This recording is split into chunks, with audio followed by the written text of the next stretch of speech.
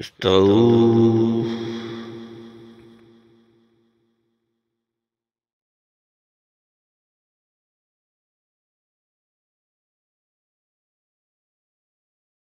الله أكبر.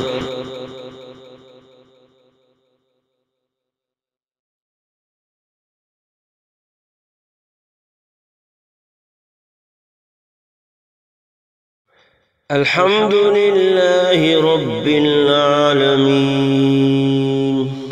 الرحمن الرحيم مالك يوم الدين إياك نعبد وإياك نستعين اهدنا الصراط المستقيم صراط الذين أنعمت عليهم غير المغضوب عليهم ولا الضالين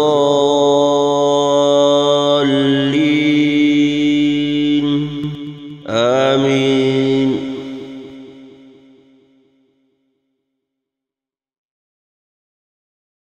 ألف لام را تلك آيات الكتاب المبين إنا أنزلناه قرآنا عربيا لعلكم تعقلون. نحن نقص عليك أحسن القصص بما أوحينا إليك هذا القرآن وإن كنت من قبله لمن الغافلين. إذ قال يوسف لأبيه يا أبت إني رأيت 11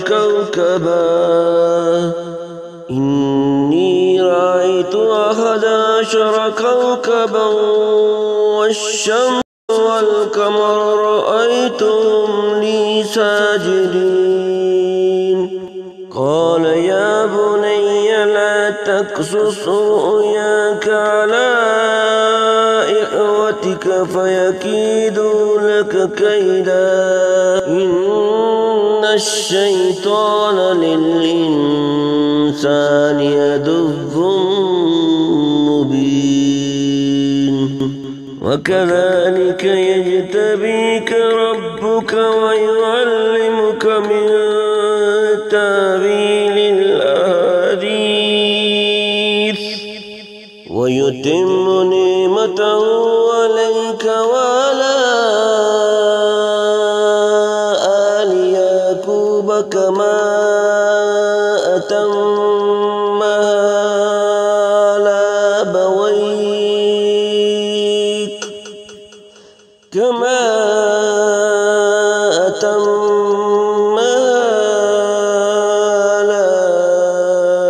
أبويك من قبل إبراهيم وإسحاق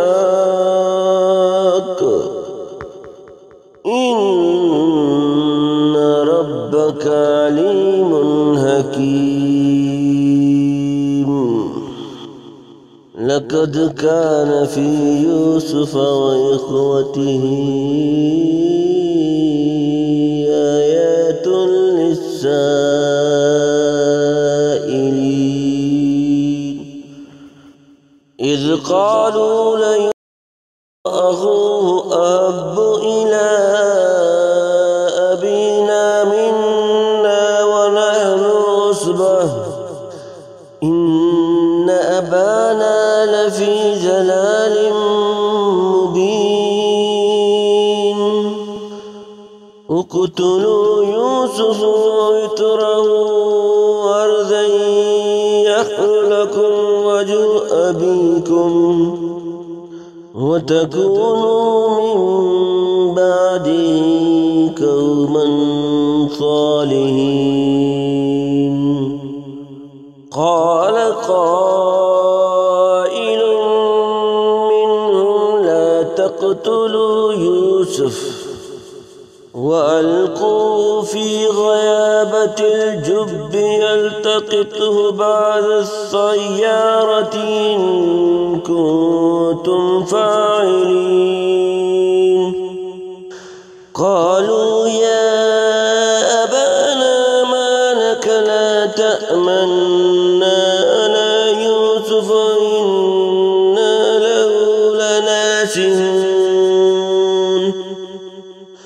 أرسله معنا غدا يرتع ويلعب إنا له لحافظون.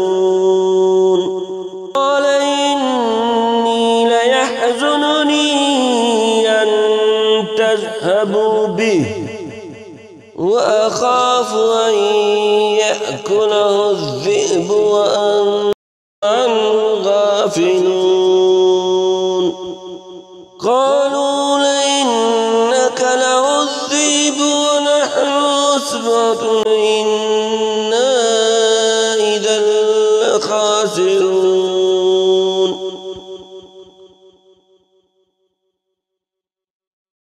فلما ذهبوا به وأجمعوا أن يجعلوا في غيابة الجب أوحينا إليه لتنبئنهم بأمرهم هذا وهم لا يشعرون. وجاءوا أباهم عشاء يبكون. قالوا يا أبانا إنا ذهبنا ونستبق وتركنا يوسف عند متاعنا وأكله الذئب وما أنت بمؤمن لنا ولو كنا صادقين. جاءوا على قميصي بدم كذب قال بل سولت لكم أنفسكم فصبر جميل والله المستعان على ما تصفون. جاءت سيئة فأرسلوا واردهم أدلى دلوه قال يا بشرى هذا غلام.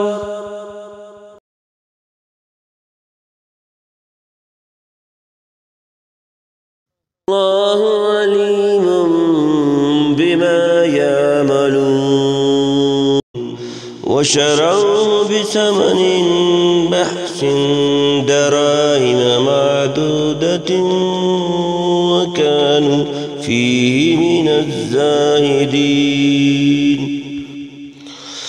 وقال للذي اشتراه من مصر لامرأته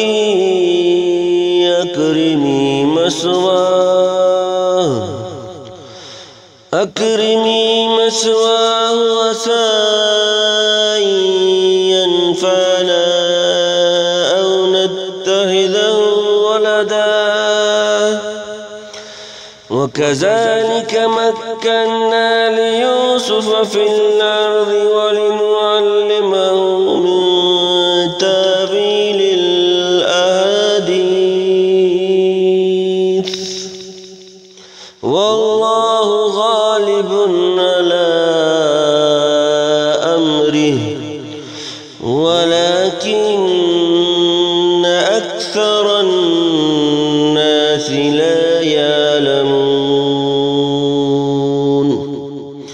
ولما بلغوا أشده آتيناه حكما وعلما وكذلك نجزي المحسنين. وراودته التي هو في بيتها عن نفسه وغلقت الأبواب وقالت هيت لك. قال معاذ الله إنه ربي أحسن مثواي إنه لا يفلح الظالمون. ولقد همت به وهم بها لولا رأى برهان ربي كذلك لنصرف عنه السوء والفحشاء إنه من عبادنا المخلصين. واستبق الباب وقدت قميصه من دبر وألف يا سيدها لدى الباب. قالت ما جزاء من أراد بأهلك من سوء إلا أن يسجن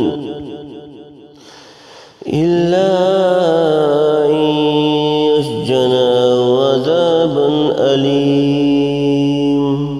قال هي راودتني عن نفسي وشهد شاهد من أهلها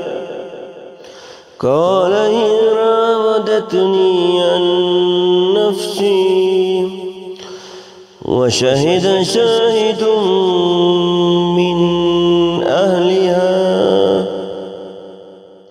إن كان قميصه قد من قبل فصدقت وهو من الكاذبين. وإن كان قميصه قد من دبر فصدقت فكذبت وهو من الصادقين. فلما رأى قميصه قد من دبر قال إنه من كيدكن إن كيدكن عظيم. يوسف أعرض عن هذا واستغفري لذنبك إنك كنت من الخاطئين. وقال نسبة في المدينة امرأة العزيز تراود فتاها قد شغفها حبا إنا لنراها لفي ضلال مبين. فلما سمعت بمكرهن وأرسلت إليهن وآتدت لهن متكئا وآتت كل واحد سكينا وقالت اخرج عليهن. فلما رأينه أكبرنه وقطعن أيديهن وقلن حاش لله ما هذا بشرا إن هذا إلا ملك كريم.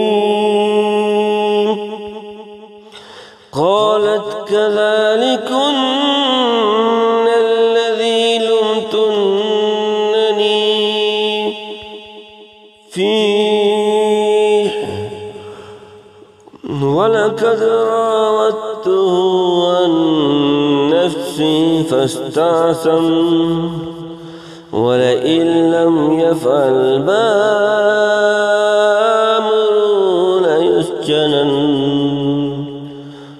ليسجنن وليكونا من الصاغرين. قال رب السجن أحب إلي يدعونني إليه قال رب السجن أحب إلي مما يدعونني إليه وإلا تصرف عني كيدهن أصب إليهن وأكن من الجاهلين. فاستجاب ربه فصرف عنه كيدهن إنه هو السميع العليم.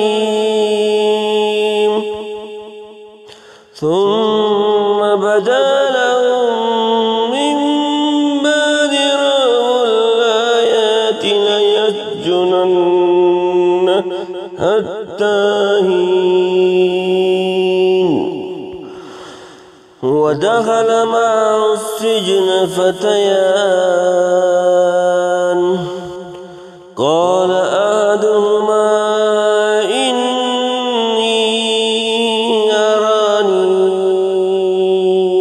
آثر خمرا وقال الآخر إني أراني أحمل فوق رأسي خبزا تأكل الطير منه نبئنا بتأويله إنا نراك من المحسنين. قال لا يأتيكما طعام ترزقانه إلا نبأتكما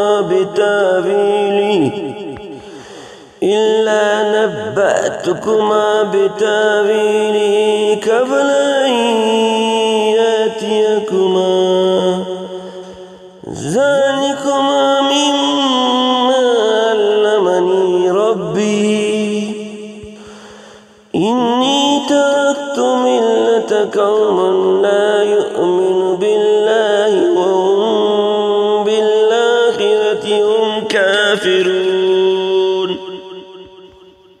واتبعت ملة آبائي إبراهيم وإسحاق ويعقوب ما كان لنا أن نشرك بالله من شيء ذلك فضل الله علينا وعلى الناس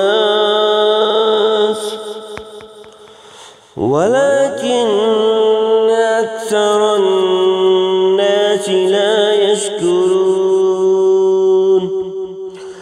يا صاحبي السجن أرباب متفرقون خير أم الله الواحد القهار ما تعبدون من دونه إلا أسماء سميتموها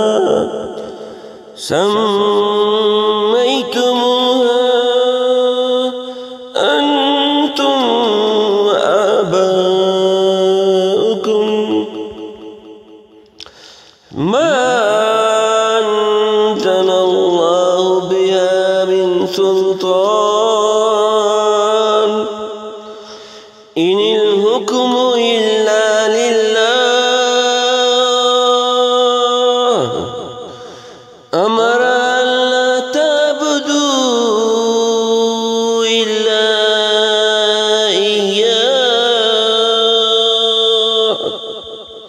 ذلك الدين القيم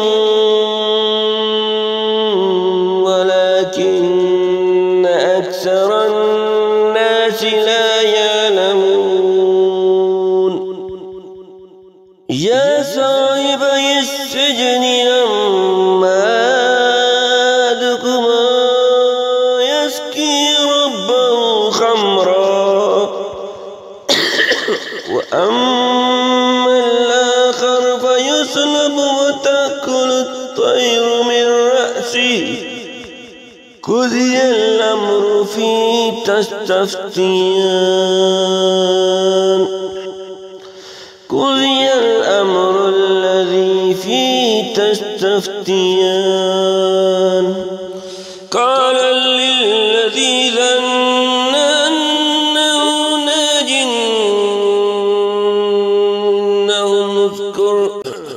قال للذي ظن أنه ناج اذكر عند ربك فأنساه الشيطان ذكر ربي فلبث في السجن بضع سنين وقال الملك إني أراني 7 بقرات سمان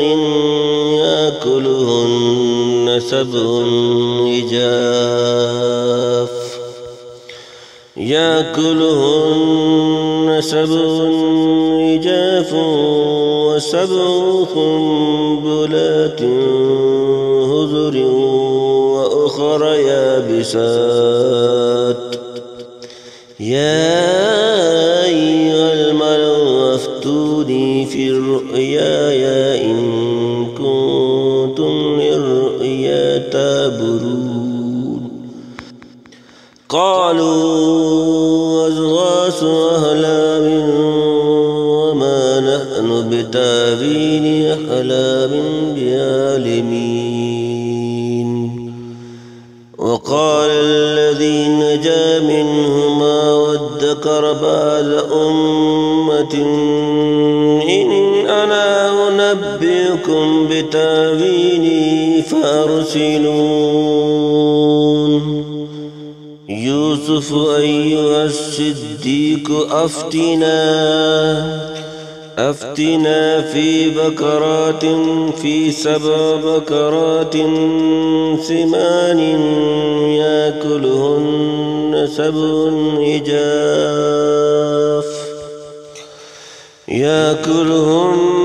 7 عجاف و7 سنبلات خضر وأخر 7 سنبلات خضر وأخر يابسات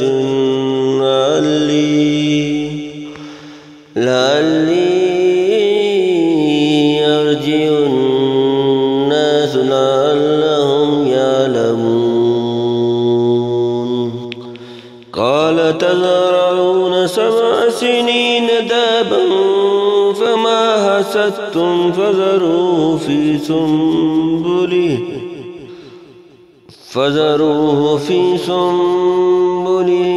إلا قليلا مما تأكلون ثم يأتي من بعد ذلك 7 شداد يأكلن ما قدمتم لهن إلا قليلا مما تحسنون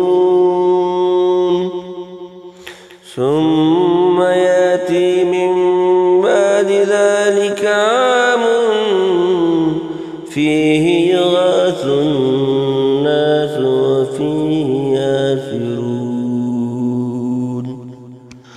وقال الملك ائتوني به فلما جاءه الرسول قال قال ارجع إلى ربك فاسأله ما بال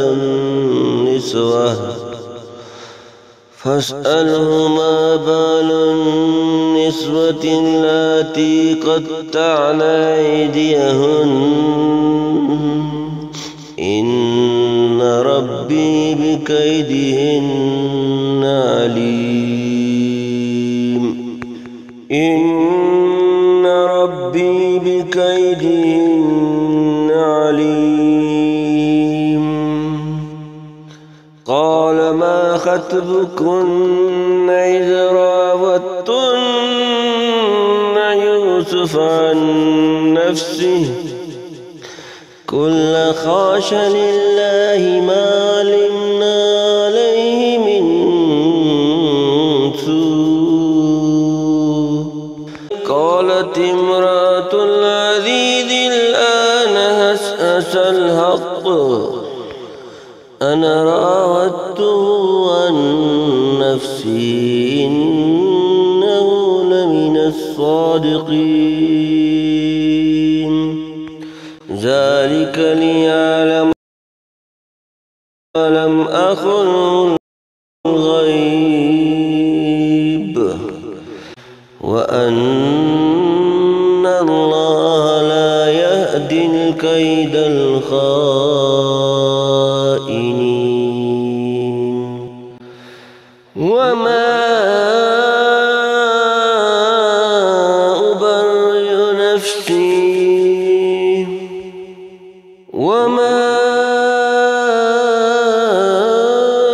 أبرئ نفسي إن النفس لأمارة بالسوء إن النفس لأمارة بالسوء إلا ما رحم ربي إن ربي غفور رحيم وقال الملك ائتوني به أستخلصه لنفسي وقال الملك ائتوني به أستخلصه لنفسي فلما كلمه قال إنك اليوم لدينا مكين أمين قال اجعلني على خزائن الأرض إني عليم حفيظ قال اجعلني على خزائن الأرض إني حفيظ أليم وكذلك مكنا ليوسف في الأرض منها حيث يشاء وكذلك مكنا ليوسف في الأرض يتبوأ منها حيث يشاء نصيب برحمتنا من نشاء ولا نضيع أجر المحسنين ولأجر الآخرة خير للذين آمنوا وكانوا يتقون صدق الله العظيم.